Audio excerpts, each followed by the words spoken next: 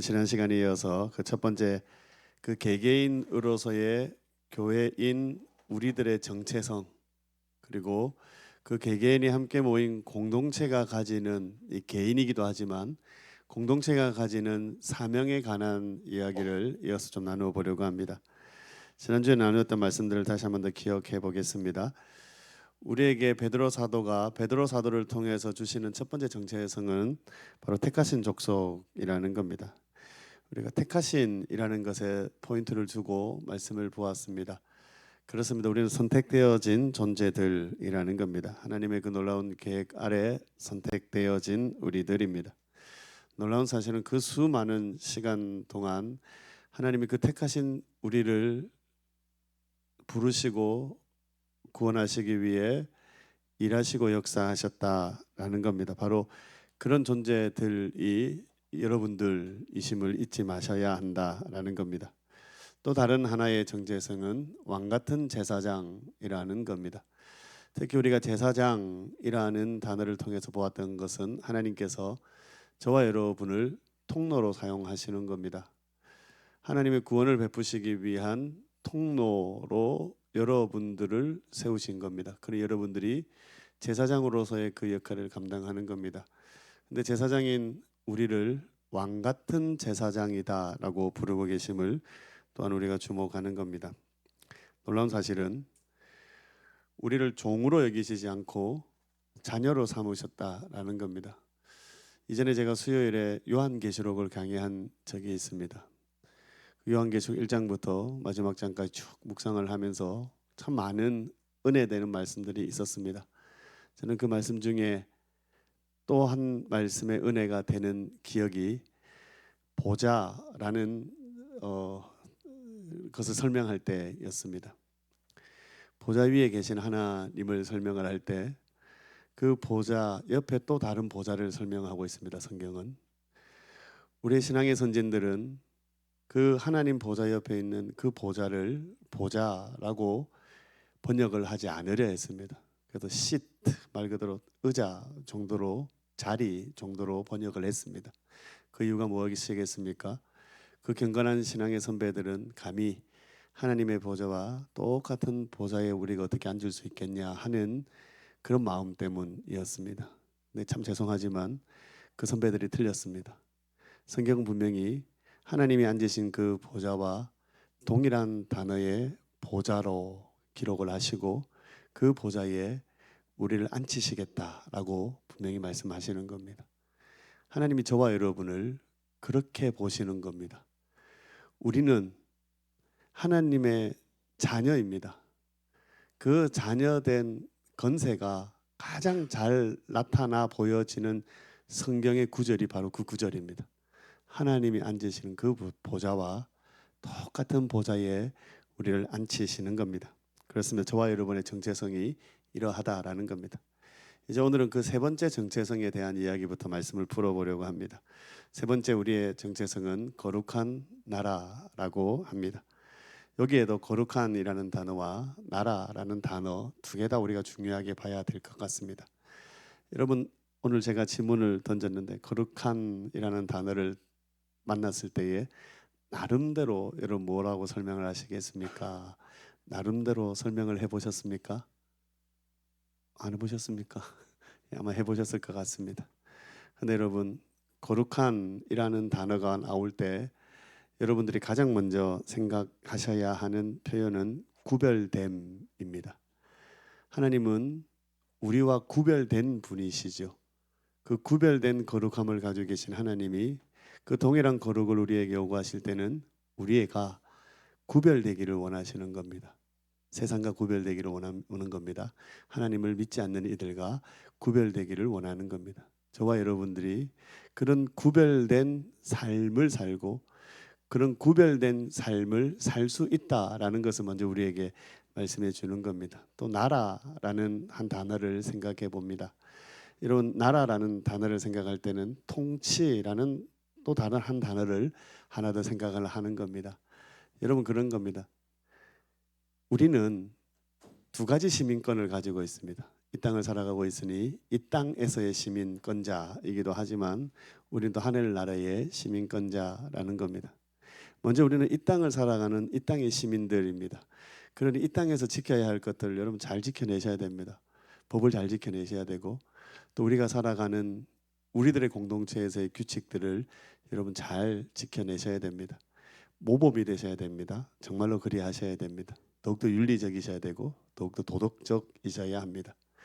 우리가 착각하지 말아야 하는 것은 분명히 이 땅의 법보다 우리는 하나님의 법을 더 중요하게 여기고 있습니다. 그럼에도 불구하고 우리는 이 땅의 보통의 사람들보다 훨씬 더 윤리적이고 훨씬 더 도덕적으로 살아가야 한다라는 겁니다. 이제 하나님 나라의 시민으로서 그 통치에 우리가 어떻게 순종하고 순복하며 살아야 하는지에 대한 말씀을 잠깐 나누겠습니다. 앞에서 말씀드린 것처럼 우리는 이 땅을 시민으로 살아갑니다. 그러니 시민으로서의 이 땅이 우리에게 요구하는 대로 잘 지켜내셔야 됩니다. 근데 여러분, 하나님의 법은 이 땅의 법 위에 존재하는 법이라는 것을 늘 기억을 하셔야 되는 겁니다. 우리가 마태복음에 보면은요, 눈에는 눈, 이에는 이라는 말이 나옵니다. 물론 이 말씀은 구약의 율법에 나오는 말씀이기도 하고 그 율법이 기록되어졌던 그 시기보다 조금 앞에 또는 그 시기에 일반 사회에서도 언급되어지고 있는 본문입니다. 눈에는 눈, 이에는 이. 너무 잔인하지 않습니까? 어떻게 좀 심한 것 같습니다. 그런 겁니다. 눈을 빼가면 내 눈을 빼야 되는 겁니다. 죄송합니다. 이를 빼가면 내 이를 하나 꺼내야 되는 겁니다. 좀 무시무시합니다. 근데 여러분 한번 생각해 보십시오. 굉장히 합리적이다보다는 뭐라고 해야 될까요? 배려가 있는 법이라고 저는 생각을 합니다. 동의를 안 하시는 것 같은데요. 한번 우리의 본성을 한번 생각해 보십시다. 내가 누구한테 한 대 맞았다. 그럼 여러분 한 대만 때리겠습니까? 물론 나보다 힘 있는 사람한테는 찍소리도 못 하겠지만 나보다 힘이 없는 사람에게는 어떻게 하겠습니까? 내가 한 대 맞았다. 그럼 어떻게 하겠습니까? 죽을 만큼 때리죠. 안 그렇습니까? 저만 그렇습니까? 우리가 가지고 있는 본성입니다. 그래서 눈에는 눈, 이에는 이라는 이 법이 그렇게 잔인한 법은 아닙니다. 아니 도리어 참 괜찮은 법입니다. 근데 예수님께서 그 보통의 법 위에 하나님 나라의 법을 소개해 주시는 겁니다. 성경이 있으신 분들 한번 찾아봤으면 좋겠습니다. 마태복음 5장입니다. 뒤에도 혹시 찾아주실 수 있으면 한번 찾아주십시오. 마태복음 5장 39절로 42절입니다. 폰으로도 찾으셔도 되고 또 성경책을 찾으셔도 됩니다. 마태복음 5장 39절로 42절입니다. 나는 예수님이 너희에게 이르노니 제자들과 우리들에게 말씀하시는 겁니다. 악한 자를 대적하지 말라. 누구든지 네 오른뺨을 치거든 왼편도 돌려대며 또 너를 고발하여 속옷을 가지고자 하는 자에게는 겉옷까지 가지게 하며 또 누구든지 너로 억지로 오리를 가게 하거든 그 사람과 심리를 동행하고 내게 구하는 자에게 주며 내게 꾸고자 하는 자에게 거절하지 말라. 심지어 이어지는 43절, 44절은 이렇게 말씀합니다. 또 네 이웃을 사랑하고 네 원수를 미워하라 하였다는 것을 너희가 들었으나 나는 너희에게 이르노니 다 같이 읽습니다. 너는 하며 너희를 박해하는 자를 위하여 기도하라. 사랑하는 청년 여러분, 하나님께서 우리를 하나님 나라로 세우실 때 이런 기대가 있으시다라는 겁니다.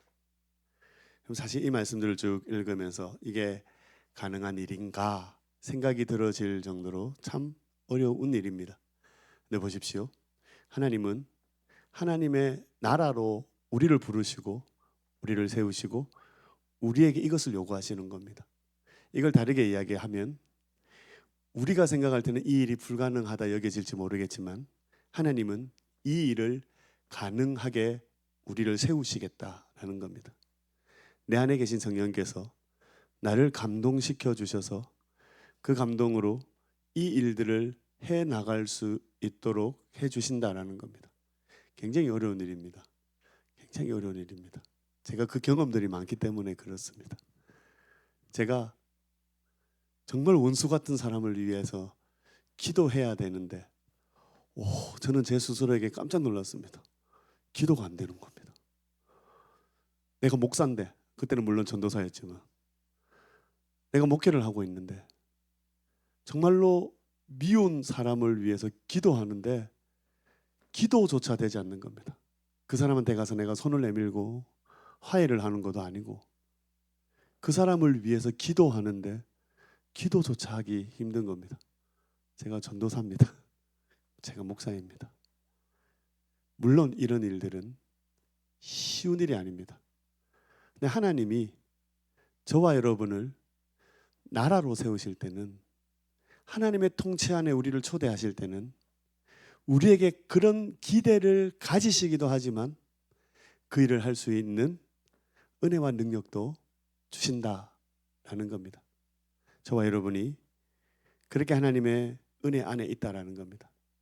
또 한 가지 여러분 기억하셔야 될 것은, 하나님의 통치 아래 있다라는 것은요, 다르게 이야기하면 하나님의 돌보심 안에 있다라는 겁니다. 하나님의 보호하심 아래 있다라는 말입니다. 하나님은 왕으로 우리를 지키시는 겁니다. 특히 우리는 구약의 이스라엘의 백성들에게 허락하여 주신 제도를 통해서 하나님이 우리를 어떻게 생각하시고 하나님이 우리를 어떻게 돌보시는지를 캐치할 수 있습니다. 예를 들면 이런 겁니다.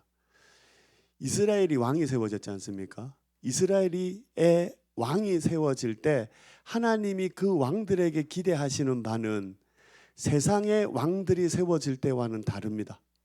이스라엘의 왕들에게 하나님이 기대하시는 큰 두 가지는 이겁니다. 하나님 말씀을 앞서 가르치는 자, 또 하나는 그 이스라엘 백성들을 보호하는 왕입니다. 그렇죠. 세상의 왕은 누군가 위에 군림하는 사람입니다. 그런데 하나님께서 이스라엘에게 왕 제도를 허락하시고 이스라엘의 왕을 세우실 때는 이스라엘 왕도 제사장들처럼 그 백성들을 말씀으로 이끌어가는 겁니다. 삶으로 인도해내는 역할을 하는 자, 그리고 또 하나 강한 힘을 가지고 그 이스라엘 백성들을 보호하는 겁니다. 하나님의 통치 아래 하나님 나라로 우리가 세워졌다는 말은 하나님께서 그 이스라엘 백성, 이스라엘 왕들에게 기대하시고 요구하셨던 그 일을 하나님이 친히 저와 여러분에게 행하시겠다라는 겁니다. 사랑하는 성도 여러분, 우리 청년 여러분, 우리는 그런 나라입니다. 그런 하나님의 통치 아래 있는 자들입니다. 하나님을 의지하십시오. 하나님을 붙들으십시오. 하나님을 철저하게 신뢰하십시오. 제가 늘 말씀드리지 않습니까? 여러분 실패하지 않습니다. 여러분 절대로 실패하지 않습니다. 하나님 실패하지 않으시기 때문입니다. 하나님 절대로 실패하지 않으시는 분입니다. 저는 아버지로서 참 부족한 사람이어서 내 마음이 결단하고 다짐하지만 실패할 수 있습니다. 나는 인간이기 때문입니다. 근데 우리의 아빠 아버지 되시는 하나님은 우리를 그 누구보다 사랑하시지만 그분은 실패하지 않으시는 분이십니다. 전능의 능력을 가지신 분이십니다. 제가 여러분들에게 하나님에 대한 이야기를 앞서서 쭉 해드렸기 때문에 제가 좀 쉽게 말씀드립니다. 천지를 창조하신 그 전능의 능력으로 여전히 우리 아빠 아버지가 되어주시는 겁니다. 그분은 신실하신 분이십니다. 그분은 진실하시고 무엇보다 하나님은 강한 힘을 가지신 분이십니다. 그런 하나님이 여러분의 아버지가 되셔서 여러분의 기도를 듣고 계시는 분이시다라는 겁니다. 마지막으로 하나 더, 우리가 소유된 백성이라는 것을 여러분 잊지 않으셨으면 좋겠습니다. 여러분 여기 소유된 백성이라는 이 표현은 특별한 관계를 표현하고 싶은 하나의 표현입니다. 그렇습니다.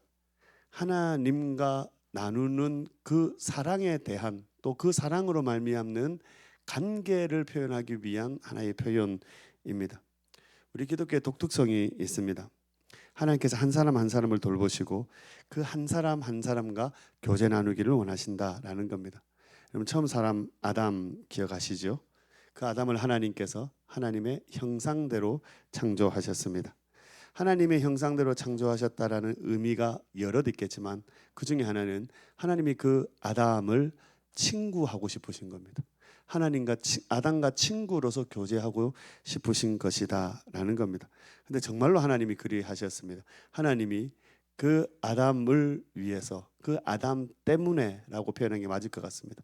그 아담 때문에 성경의 표현 그대로 그 에덴을 거니셨습니다. 이거는 제 아내에게 비밀인데, 제가 초등학교 2학년 때, 초등학교 5학년 때 짝사랑했던 선생님이 계셨습니다. 여자 선생님이셨는데요. 물론 각각 다른 분입니다.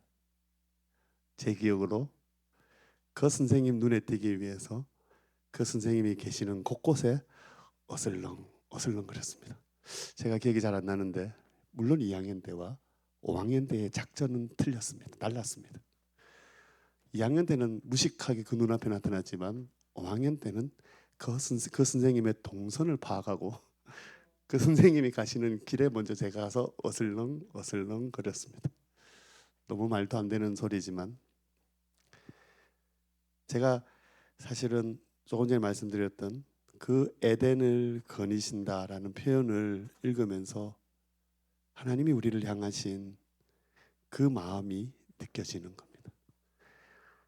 하나님은 우리와 늘 함께하고 싶어 하십니다. 하나님은 늘 우리와 교제하고 싶어 하시는 겁니다. 하나님 우리를 너무 사랑하시기 때문에 그 사랑하는 자의 손을 잡기를 원하고, 그 사랑하는 자를 안아주기를 원하고, 그 사랑하는 자가 바라보는 것을 바라보기를 원하시고, 그 사랑하는 자가 좋아하는 것을 해주기를 원하시는 분이시다라는 겁니다. 저와 여러분이 바로 그런 존재라는 겁니다. 여러분, 여기 소유된이라는 이 표현은 또 이렇게 표현할 수 있습니다. 소중함 또는 기뻐함. 이렇게 기억을 하십시오. 소유된 백성이랄 때 그 소유된이란 말은 소중함, 기뻐함. 제가 참 좋아하는 찬양인데요. 너무 옛날 찬양이라서 제가 부르진 않겠습니다. 근데 그 찬양의 가사가 이 말씀입니다. 스바냐 3장 17절인데요. 혹시 메모할 수 있으면 하나 메모해 두셨으면 좋겠습니다. 스바냐 3장 17절. 너의 하나님 여호와가 너의 가운데 계시니, 뭐 이런 찬양입니다. 제가 한번 읽어보겠습니다. 너희 하나님 여호와가 너희 가운데 계시니 그는 구원을 베푸실 전능자시라. 그가 너로 인하여 기쁨을 이기지 못하여 하시며 너를 잠잠히 사랑하시며 너로 인하여 즐거이 부르며 기뻐하시리라 하리라. 저는 하나님이 우리를 향하신 그 마음의 표현인 이 구절을 찬양으로 부를 때마다 이해가 되지 않습니다. 왜 굳이 나를, 왜 굳이 나를, 이해되지 않는데 하나님은 그리 하시는 겁니다. 하나님은 저를, 하나님은 여러분을 그렇게 생각하시는 분이시다라는 겁니다. 내 모습 가운데 내가 상대적으로 누구들보다는 조금 나은 모습은 분명히 있을 겁니다. 근데 하나님 수준에서 나를 볼 때 과연 내가 나은 수준의 사람이 맞느냐라는 겁니다. 여러분 가운데는 누구들보다 비교적으로 상대적 나은 수준의 모습을 가지고 계신 분도 계실 겁니다. 그런데 하나님 보시기에 정말로 그렇습니까? 정말로 하나님 보시기에도 여기 말씀에처럼 우리로 인하여 기쁨을 이기지 못하실 정도로 그런 존재들이 맞느냐라는 겁니다. 아닐 겁니다. 그런데요, 하나님은 저와 여러분을 그리 보시는 겁니다. 그냥 내가 봐줄게가 아니라 정말로 그리 보시는 겁니다. 여러분이 그런 존재들이라는 겁니다. 여러분들이 그런 존재들이라는 겁니다. 제가 그런 존재라는 겁니다. 그래서 하나님 앞에서 우리가 감사로, 기쁨으로, 감격으로 사는 겁니다. 때로는 내 자신에게 실망하고, 때로는 누군가에게 보여지는 내 모습 때문에 좌절되어지지만, 아니요, 하나님이 여러분을 보는 시선은 다르신 겁니다. 여러분 모두가 그러시다는 겁니다. 이제 저와 여러분이 그런 존재라는 것을 기억하는 겁니다. 택하신 족속이요, 왕같은 제사장이며 거룩한 나라고 그 소유된 백성, 그게 교회인 저와 여러분의 정체성이라는 겁니다. 그런 우리에게 기대하시는 바를 이어 말씀하시는데, 제가 표현하고 싶은 표현은 사명입니다. 정체성을 가진 우리에게 이런 사명자로 살아냈으면 좋겠다라고 말씀하시는데 이겁니다. 그리스도의 아름다운 덕을 선포하게 하려 하심이라.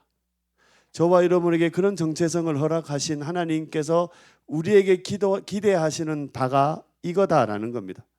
여기 포인트를 두고 오늘은 보고 싶은 단어가 선포라는 단어입니다. 여러분, 이 선포라는 단어를 다른 번역본에 보면 찬양이라고 번역이 되어져 있습니다. 그러니 오늘 우리가 그 하나님의 아름다운 덕을, 다시 말씀드리면 나를 구원하시고 나를 새롭게 하시고 나를 높여주시고 나를 존귀케 하신 그 하나님의 덕을 어떻게 해요? 찬양하라는 겁니다. 먼저 우리의 사명은요, 찬양입니다. 하나님을 예배하는 겁니다. 이 자리에 함께 모이는 이 자리에서도 예배지만은 여러분의 삶의 자리에서도 여러분 예배하는 자가 되셔야 됩니다. 왜냐하면 여기 이 예배하는 자리에서만 그 은혜가 임하는 것이 아니기 때문입니다. 여러분의 삶의 모든 자리에서도 동일하게 하나님의 그 은혜로 여러분은 서 있는 겁니다. 그러니 여러분, 우리는 공동체가 모여 예배하는 이 자리에서뿐만이 아니라 우리의 삶의 모든 자리에서 예배자로 하나님을 높이고 살아가는 겁니다. 또한 동시에 여기 이 선포라는 말은 우리가 너무나 잘 알고 있는 전도 또는 선교라는 단어로 바꾸어서 볼 수 있습니다. 내가 이미 받은 그 은혜를 전하는 겁니다. 여러분, 우리가 전도하는 것은요, 달달달달 외워서 그냥 말하는 게 아닙니다. 성경이 우리에게 말씀하시고 그 성경을 경험한 내가 그 은혜를 누군가에게 전하는 겁니다. 이게 전도입니다. 그 내용이 정해진 내용일 수도 있고 그 내용이 정해지지 않은 내용이어도 아무 문제 없는 겁니다. 다만 전하는 겁니다. 다만 전하는 겁니다. 저는 우리의 삶에 그 은혜들이 늘 넘쳐났으면 좋겠습니다. 저와 여러분이 그런 이들이니, 저와 여러분이 그런 이들이기 때문에 우리에게 맡겨진 그 사명들을 감당하는 것이죠. 빛이신 주님이 우리에게 찾아오셨습니다. 빛이신 예수님이 우리 가운데 찾아오니 우리의 어둠의 삶이 밝아지는 겁니다. 이 구원의 도리를 깨달은 우리이니 그 어둠의 자리에 가서 그 빛이신 그리스도를 전하는 겁니다. 그 어둠의 자리에 가서 빛이신 그리스도를 찬양하는 겁니다. 예배하는 것이죠. 저와 여러분이 바로 그런 이들이라는 겁니다. 자랑하십시오. 주 안에서 자랑하십시오. 주 안에서 자랑하되 내가 자랑되어지는 것이 아니라 내 안에서 역사하신 그 하나님을 자랑하십시오. 내 안에 그 어두움 가운데 빛을 비추시어 나를 빛나게 하신 그 하나님을 자랑하시기를 바랍니다. 결론적으로 저와 여러분은 예배자입니다. 결론적으로 저와 여러분은 전도자입니다. 이 자리에서뿐만이 아니라 우리의 모든 삶의 자리에서도 그런 모습으로 사는 겁니다. 대신에 함께 그 일을 했으면 좋겠다라는 겁니다. 제가 강조하는 것은 개인이 구원을 받고 개인이 구원받은 삶을 사는 일은 참 중요합니다. 그런데 홀로 그 일을 하기가 너무 힘들다라는 겁니다. 그래서 지금 우리가 이렇게 함께 하고 있는 겁니다. 때로는 내가 슬럼프에 오면 누군가가 내 손을 잡아 이끌어 올려주는 겁니다. 누군가가 내 옆에서 같이 팔짱을 껴주고 함께 그 길로 가는 겁니다. 여러분, 이게 공동체입니다. 연약한 이들에게는 조금 더 강한 이가 힘이 되어주는 것이지요. 그렇습니다. 내가 하나님의 큰 은혜를 입었다면 그 큰 은혜를 나 홀로 누리는 것이 아니라 내 옆에 있는 사랑하는 지체들에게 그 은혜를 나누는 겁니다. 그렇게 하나 세워져 가는 겁니다. 저는 우리 교회 공동체에 관한 비전이 있습니다. 제가 오늘 오후 예배 때 제가 우리 교회의 선을 볼 때, 그러니까 담임 목사로 오기 전에 이제 저 사람을 담임으로 모셔야 되나 말아야 되나 이 선을 보는 그 자리에서 설교했던 그 본문을 가지고 설교하려 합니다. 물론 저는 이제 오후 예배 때는 우리 새벽기도 본문을 가지고 오후 예배 때 설교를 하거든요. 그래서 순서가 와서 드디어 제가 그 설교를 다시 한번 하게 되었습니다. 제가 그 설교를 할 때 그 감동이 있습니다. 제가 그 설교를 할 때 제 마음이 어땠겠습니까? 그죠? 설교를 해야 되는데 설교가 아니라 선을 보는 자리니 잘 보여야 된다는 생각이 더 강했습니다. 죄송합니다. 앞에 있는 목사 수준이 이래서 너무 죄송한데 정말 그랬습니다. 그래서 제가 그 설교를 준비하는 내내 기도는 그거였습니다. 하나님, 설교하게 해 주십시오. 설교하게 해 주십시오라는 기도였습니다. 그래서 하나님의 은혜로 진짜 설교했습니다. 제가 어떤 마음으로 설교를 했냐면은 이 설교가 이 밀양 온누리 교회에서 마지막 설교일 수 있다라는 생각을 가지고 어떤 본문으로 어떤 내용으로 설교할지를 가지고 준비를 했습니다. 제가 가지고 있는 비전을 나누었습니다. 단순히 함께 하기 위해서 비전을 나눈 것이 아니라 내가 마지막 이 강단에 선다면은 성경이 말씀하시는 가장 중요한 메시지가 뭘까를 생각을 하고 설교를 준비해서 그날 설교를 했습니다. 그 설교를 오늘 여러분 오후 예배 설교를 우리는 영상에 있으니 한번 들어보셨으면 좋겠습니다. 제가 그 설교를 이번에 다시 준비를 하면서 그 내용을 거의 비슷하게 했거든요. 다시 준비를 하면서 제가 6년의 목회 동안 그 설교했던 내용으로 목회를 하고 있구나 하는 감사한 마음이 들었습니다. 그렇죠. 하나님께서 제게 귀한 마음을 주셨고 하나님께서 우리 교회에 귀한 메시지를 주셨습니다. 그리고 우리가 그 메시지를 붙들고 지금 우리가 비전을 쫓아 지금까지 달려왔습니다. 저는 그 기대가 있습니다. 우리 청년들과 함께 하나님이 왜 제게 이런 시간을 허락해 주셨는지 모르겠지만 저는 그 기대가 있습니다. 사실은 우리 교회 정도 규모가 되면은 담임 목사가 이렇게 청년부를 담당해서 예배를 인도하는 일은 거의 일어나지 않습니다. 그런데 하나님께서 왜 하나님께서 이번에 이 일을 하셨을까 하는 그 기대가 제게는 있습니다. 뭔지는 모르겠지만 하나님이 원하시는 일들이 분명히 있을 거라 생각을 합니다. 그래서 여러분도 기대하면서 이 시간을 저와 함께 보내주시기를 바랍니다. 사실 불편하기도 하시지요. 또 다른 기대들이 있기도 하시겠지만 어쨌거나 저와 함께 보내는 이 시간 동안 하나님께서 어떤 일을 우리 가운데 이루실지에 대한 기대들을 가지셨으면 좋겠습니다. 함께 우리 찬양하시겠습니다.